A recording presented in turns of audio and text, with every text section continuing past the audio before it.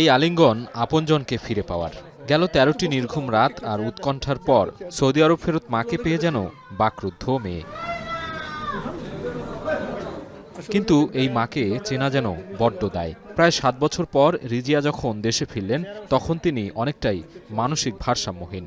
প্রবাস জীবনের অত্যাচার আর নিপীড়নের ছাপ তার চোখে মুখে।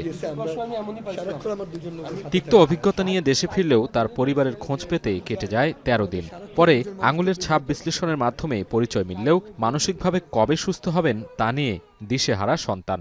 কপিলে মাজরায় নিয়ে যাইব তান্ডে অনেক কান্দাকাটি করছিল, তখন বলছে আমার আম্মু বলছিল আম্মুরে মারিয়া ফালাই দিব মাজরায় নিয়া, তুমি তাই আম্মুর লাগে নামাজ পড়িয়া দোয়া করো।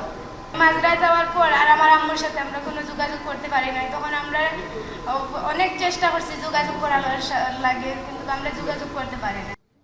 শুধু রিজিয়া নয়, প্রবাসী নির্যাতিত নারীদের এমন কান্নার আর্তনাদ কান পাতলেই শোনা যায়। বরিশালের আরেক তরুণী বছরখানেক আগে ভাগ্য বদলাতে পাড়ি জমিয়েছিলেন বিদেশ বিভুঁইয়ে। কিন্তু ৪ বার পাচারকারীদের হাতবদল আর বিদেশের কারাগারে অন্তঃসত্ত্বা অবস্থায় কাটানো দিনগুলোর কথা বলতে গিয়ে শিউরে ওঠেন তিনি। চিজি আইসক্রিমের সাথে ভেলভেটি কেকের মিশ্রণে পোলার রেড ভেলভেট আইসক্রিম, মন ভালো থাক।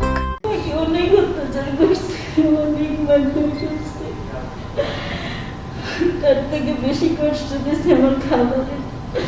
আমাকে সারাদিনও খাবার দিত না, শুধু একটা রুটি দিত কোনোরকম।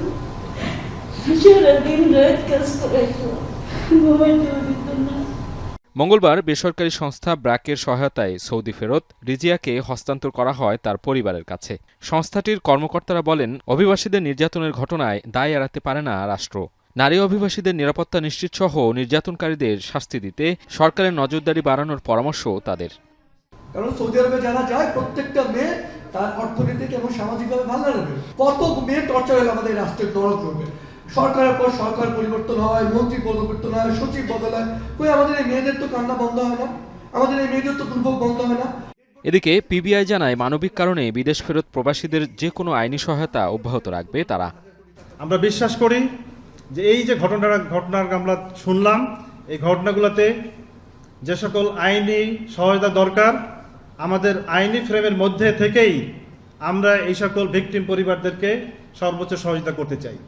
স্বপ্ন নিয়ে বিদেশ যাওয়া এই নারীদের নিরাপত্তা নিশ্চিতকরণের পাশাপাশি পাচারকারীদের বিচারের আওতায় আনা না গেলে রিজিয়াদের কান্না ও দীর্ঘশ্বাস বয়ে বেড়াতে হবে ঠিক কতদিন, সে উত্তর অজানা।